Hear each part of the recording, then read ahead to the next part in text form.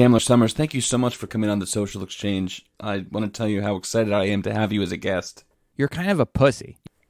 I'll cop to that. I am a pussy, and look, I just don't want any trouble. You're just a coward. You're afraid. Yeah, like I said, I cop to it, and I'm sorry. And more than anything, I would like to talk to you about your book.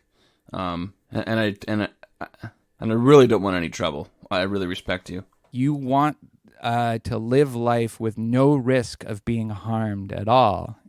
Well, I certainly don't want to be harmed, but I wouldn't say that I want to live life with no risk. I just don't really like being called a coward. Nobody likes to be called a coward.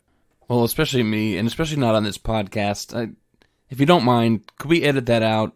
It would make me happy if we could edit out everything that we've done so far and just start fresh. That's shameful. You should be ashamed of yourself. You know what? I am. I am. You described me well. In fact, maybe that's where we should turn. If you were to describe me in 3 words, what would those 3 words be? Such a disgrace.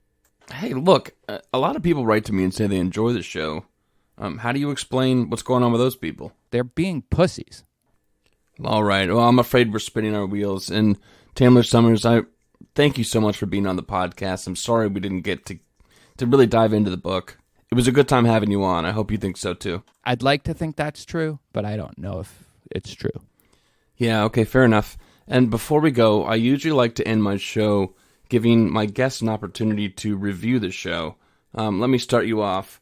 The Social Exchange podcast is philosophically a real disgrace. There's no foundations for it. It has this kind of veneer of fairness and objectivity, but when you try to actually dig deep into the details of it, it's just it's a complete illusion.